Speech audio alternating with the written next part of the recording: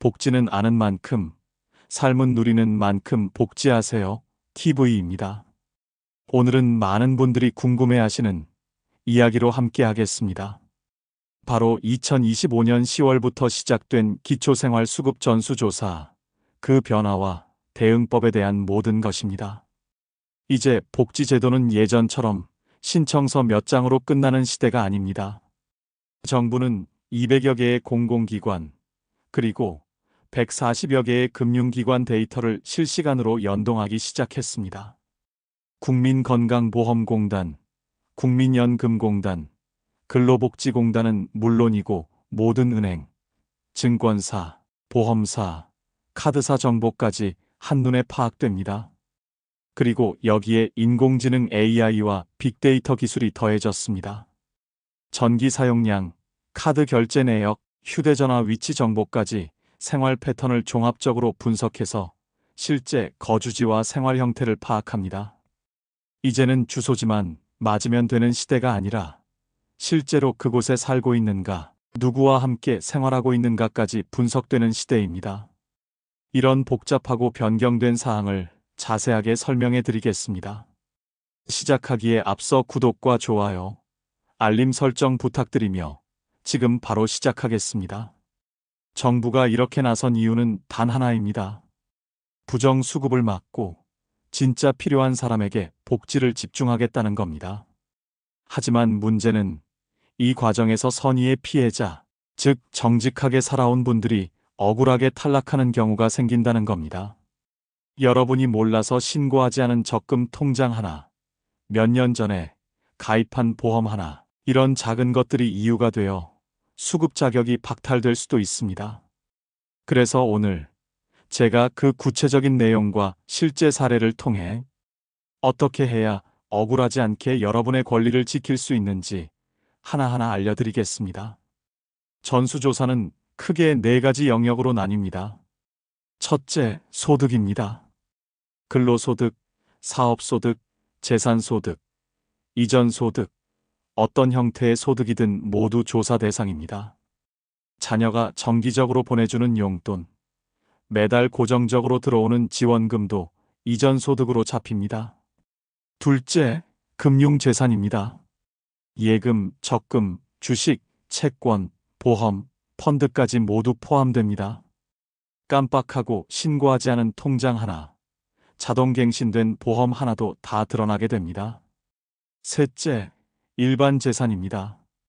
집, 땅, 자동차, 회원권 등이 해당되죠. 특히 자동차는 배기량과 연식에 따라 달라집니다. 1600cc 이하, 10년 이상 된 차량은 제외될 수도 있지만 그 이상이면 재산으로 잡힙니다. 넷째, 생활 실태입니다. 실제 거주지가 어디인지, 누구와 함께 사는지, 위장 전입이나 무상 거주는 아닌지를 AI가 데이터로 분석합니다. 과거에는 서류상 주소만 맞으면 통과됐지만 이제는 전기 사용량, 카드 결제 지역, 위치 정보까지 확인합니다. 실제 사례를 들어 이야기해보면 병원비를 대비해 적금을 조금씩 넣어뒀지만 신고하지 않으면 조사 과정에서 그 적금이 드러나면서 재산 기준을 초과했다는 통보를 받았죠. 모든 게 끝난 줄 알았지만 전문가 상담을 통해 장기 금융저축 공제 제도를 알게 됐습니다. 연 500만 원, 최대 1,500만 원까지는 재산에서 제외된다는 규정이 있었죠. 이 제도를 통해 자격을 회복했습니다. 또 다른 사례로 어르신께서 자녀 명의의 차량을 병원 갈 때 가끔 사용했는데 AI가 차량의 실제 이용 패턴을 분석해 줍니다. 사용자가 어르신으로 추정했습니다. 결국 그 차량이 어르신의 재산으로 간주되었고 수급 자격이 위태로워졌습니다. 하지만 자녀의 소명서와 주행기록, 통화 내역 등을 제출해 실제 소유자는 자녀임을 입증하며 문제를 해결했습니다. 세 번째는 서울의 한 어르신입니다. 주소는 서울이지만 실제로는 경기도에 거주 중이었습니다. 전기 사용량, 카드 결제 내역, 휴대전화 위치 정보가 서울이 아닌 경기 지역으로 나타나면서 위장 거주로 판단되었죠. 결국 주소를 정정하고 소명서를 제출해 수급 자격을 유지했습니다. 이런 사례들의 공통점은 하나입니다. 고의가 아니라 몰라서 생긴 실수였다는 겁니다. 하지만 결과는 똑같습니다. 신고 누락은 곧 부정수급 의심으로 이어질 수 있습니다. 정부는 두 가지로 나눕니다. 고의적 부정수급, 그리고 과오수급 실수입니다. 고의적 부정수급은 소득을 숨기거나 허위 서류를 제출한 경우, 위장 전입, 위장 이혼 등이 해당됩니다. 이 경우는 수급비 전액 환수 최대 5배의 가산금이 부과되며 형사처벌로는 최대 징역 3년, 벌금 3천만 원까지 갈 수 있습니다. 반면 과오수급은 고의가 아닌 실수입니다. 규정을 몰랐거나 신고를 깜빡한 경우죠. 이럴 때는 수급비만 환수되고 가산금이나 형사처벌은 없습니다. 문제는 조사 담당자가 고의냐 실수냐를 판단할 때 여러분의 설명이 얼마나 신뢰성 있게 보이느냐에 달려 있다는 겁니다. 그래서 증빙 자료가 중요합니다. 나는 몰랐다가 아니라 이런 이유로 신고하지 못했다는 걸 보여줄 수 있어야 합니다. 만약 전수조사 결과에 억울함을 느끼신다면 그냥 포기하지 마십시오. 첫째, 이의신청 제도가 있습니다. 처분 통보를 받은 날로부터 90일 이내 이의신청서를 작성해 주민센터나 시군구청에 제출하면 됩니다. 이때는 최대한 많은 증빙 자료를 첨부하세요. 자녀가 보낸 돈이 일시적이었다면 문자, 통화 내역, 자녀의 소명서 등을 함께 제출하면 됩니다. 둘째, 차상위계층 전환 제도가 있습니다. 수급 자격은 탈락했지만 소득이 중위소득 50% 이하라면 의료비, 통신비, 전기요금 등의 지원을 계속 받을 수 있습니다. 셋째, 긴급복지지원제도도 있습니다. 수급이 중단돼 생계가 막막할 때 주민센터에서 긴급복지를 신청하면 생계비, 의료비, 주거비 등을 일시적으로 받을 수 있습니다. 이 제도는 최대 6개월까지 연장 가능합니다. 넷째, 재산 조정을 통해 기준을 맞출 수도 있습니다. 상속받은 땅이나 차량이 문제라면 처분하거나 증여를 통해 기준에 맞추는 방법이 있습니다. 다만 세금 문제는 전문가 상담 후 진행해야 합니다. 지금부터 더 집중해서 들어주세요. 억울하게 수급 자격을 잃지 않으려면 5가지만 기억하세요. 첫째, 변화가 생기면 즉시 신고하십시오. 소득, 재산, 이사, 차량 구입, 자녀 지원금 14일 이내, 늦어도 한 달 내 신고해야 합니다. 둘째, 증빙을 남기십시오. 자녀의 지원금, 임시도움, 대여금 등은 메모나 문자로 남겨두세요. 이 기록이 여러분을 보호하는 방패가 됩니다. 셋째, 금융재산을 정기적으로 점검하십시오. 통장, 보험, 펀드, 주식을 목록으로 정리해 두세요. 복지로 사이트의 모의 계산 기능을 활용하면 수급 유지 가능 여부를 미리 확인할 수 있습니다. 넷째, 주소는 반드시 실제 거주지로 신고하십시오. 위장 전입은 빅데이터로 모두 드러납니다. 정직한 신고가 가장 안전한 길입니다. 다섯째, 공식 채널을 이용하십시오. 주민센터, 복지로 홈페이지, 그리고 보건복지상담센터 129번이 있습니다. 여러분, 이 전수조사는 겉으로 보기엔 까다롭고 골치 아파 보여도 다시 생각하면 기회를 주는 제도이기도 하다는 생각이 듭니다. 이번 전수조사를 계기로 여러분은 자신의 재산과 소득을 정리하고 복지 자격을 명확히 확인할 수 있습니다. 숨김없이 신고하고 경제적 변화를 기관에 알리고 억울하면 이의 신청을 하면 됩니다. 전수조사는 크게 4가지 영역으로 나뉩니다. 첫째, 소득입니다. 근로소득, 사업소득, 재산소득, 이전소득, 어떤 형태의 소득이든 모두 조사 대상입니다. 자녀가 정기적으로 보내주는 용돈, 매달 고정적으로 들어오는 지원금도 이전소득으로 잡힙니다. 둘째, 금융재산입니다. 예금, 적금, 주식, 채권, 보험, 펀드까지 모두 포함됩니다.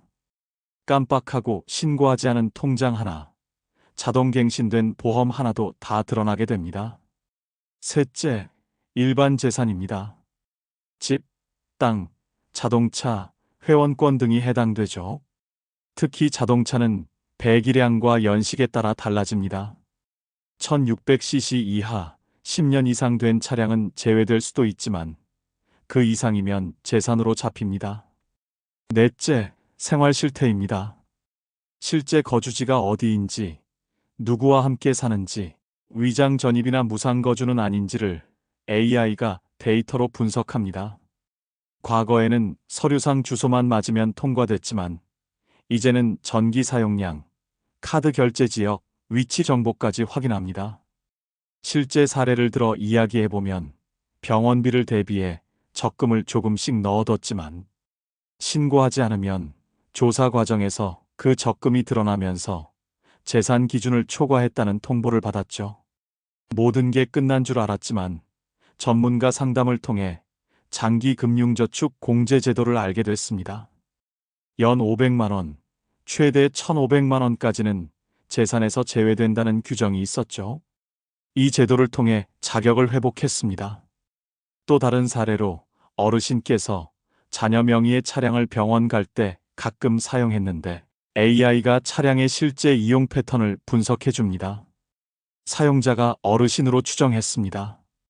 결국 그 차량이 어르신의 재산으로 간주되었고 수급 자격이 위태로워졌습니다. 하지만 자녀의 소명서와 주행기록, 통화 내역 등을 제출해 실제 소유자는 자녀임을 입증하며 문제를 해결했습니다. 세 번째는 서울의 한 어르신입니다. 주소는 서울이지만 실제로는 경기도에 거주 중이었습니다. 전기 사용량, 카드 결제 내역, 휴대전화 위치 정보가 서울이 아닌 경기 지역으로 나타나면서 위장 거주로 판단되었죠. 결국 주소를 정정하고 소명서를 제출해 수급 자격을 유지했습니다. 이런 사례들의 공통점은 하나입니다. 고의가 아니라 몰라서 생긴 실수였다는 겁니다. 하지만 결과는 똑같습니다. 신고 누락은 곧 부정수급 의심으로 이어질 수 있습니다. 정부는 두 가지로 나눕니다. 고의적 부정수급, 그리고 과오수급 실수입니다. 고의적 부정수급은 소득을 숨기거나 허위 서류를 제출한 경우, 위장 전입, 위장 이혼 등이 해당됩니다. 이 경우는 수급비 전액 환수 최대 5배의 가산금이 부과되며 형사처벌로는 최대 징역 3년, 벌금 3천만 원까지 갈 수 있습니다. 반면 과오수급은 고의가 아닌 실수입니다. 규정을 몰랐거나 신고를 깜빡한 경우죠. 이럴 때는 수급비만 환수되고 가산금이나 형사처벌은 없습니다. 문제는 조사 담당자가 고의냐 실수냐를 판단할 때 여러분의 설명이 얼마나 신뢰성 있게 보이느냐에 달려 있다는 겁니다. 그래서 증빙 자료가 중요합니다. 나는 몰랐다가 아니라 이런 이유로 신고하지 못했다는 걸 보여줄 수 있어야 합니다. 만약 전수조사 결과에 억울함을 느끼신다면 그냥 포기하지 마십시오. 첫째, 이의신청 제도가 있습니다. 처분 통보를 받은 날로부터 90일 이내 이의신청서를 작성해 주민센터나 시군구청에 제출하면 됩니다. 이때는 최대한 많은 증빙 자료를 첨부하세요. 자녀가 보낸 돈이 일시적이었다면 문자, 통화 내역, 자녀의 소명서 등을 함께 제출하면 됩니다. 둘째, 차상위계층 전환 제도가 있습니다. 수급 자격은 탈락했지만 소득이 중위소득 50% 이하라면 의료비, 통신비, 전기요금 등의 지원을 계속 받을 수 있습니다. 셋째, 긴급복지지원 제도도 있습니다. 수급이 중단돼 생계가 막막할 때 주민센터에서 긴급복지를 신청하면 생계비, 의료비, 주거비 등을 일시적으로 받을 수 있습니다. 이 제도는 최대 6개월까지 연장 가능합니다. 넷째, 재산 조정을 통해 기준을 맞출 수도 있습니다. 상속받은 땅이나 차량이 문제라면 처분하거나 증여를 통해 기준에 맞추는 방법이 있습니다. 다만 세금 문제는 전문가 상담 후 진행해야 합니다. 지금부터 더 집중해서 들어주세요. 억울하게 수급 자격을 잃지 않으려면 5가지만 기억하세요. 첫째, 변화가 생기면 즉시 신고하십시오. 소득, 재산, 이사, 차량 구입, 자녀 지원금 14일 이내, 늦어도 한 달 내 신고해야 합니다. 둘째, 증빙을 남기십시오. 자녀의 지원금, 임시도움, 대여금 등은 메모나 문자로 남겨두세요. 이 기록이 여러분을 보호하는 방패가 됩니다. 셋째, 금융재산을 정기적으로 점검하십시오. 통장, 보험, 펀드, 주식을 목록으로 정리해 두세요. 복지로 사이트의 모의 계산 기능을 활용하면 수급 유지 가능 여부를 미리 확인할 수 있습니다. 넷째, 주소는 반드시 실제 거주지로 신고하십시오. 위장 전입은 빅데이터로 모두 드러납니다. 정직한 신고가 가장 안전한 길입니다. 다섯째, 공식 채널을 이용하십시오. 주민센터, 복지로 홈페이지, 그리고 보건복지상담센터 129번이 있습니다. 여러분, 이 전수조사는 겉으로 보기엔 까다롭고 골치 아파 보여도 다시 생각하면 기회를 주는 제도이기도 하다는 생각이 듭니다. 이번 전수조사를 계기로 여러분은 자신의 재산과 소득을 정리하고 복지 자격을 명확히 확인할 수 있습니다. 숨김없이 신고하고 경제적 변화를 기관에 알리고 억울하면 이의 신청을 하면 됩니다. 여러분, 복지는 시혜가 아니고 정당한 권리입니다. 2025년 10월의 전수조사, 여러분이 제도를 제대로 알고 스스로를 지킬 수 있다면 그건 위기가 아니라 기회가 될 것입니다. 지금까지 복지는 아는 만큼, 삶은 누리는 만큼 복지하세요. 팁이었습니다. 감사합니다.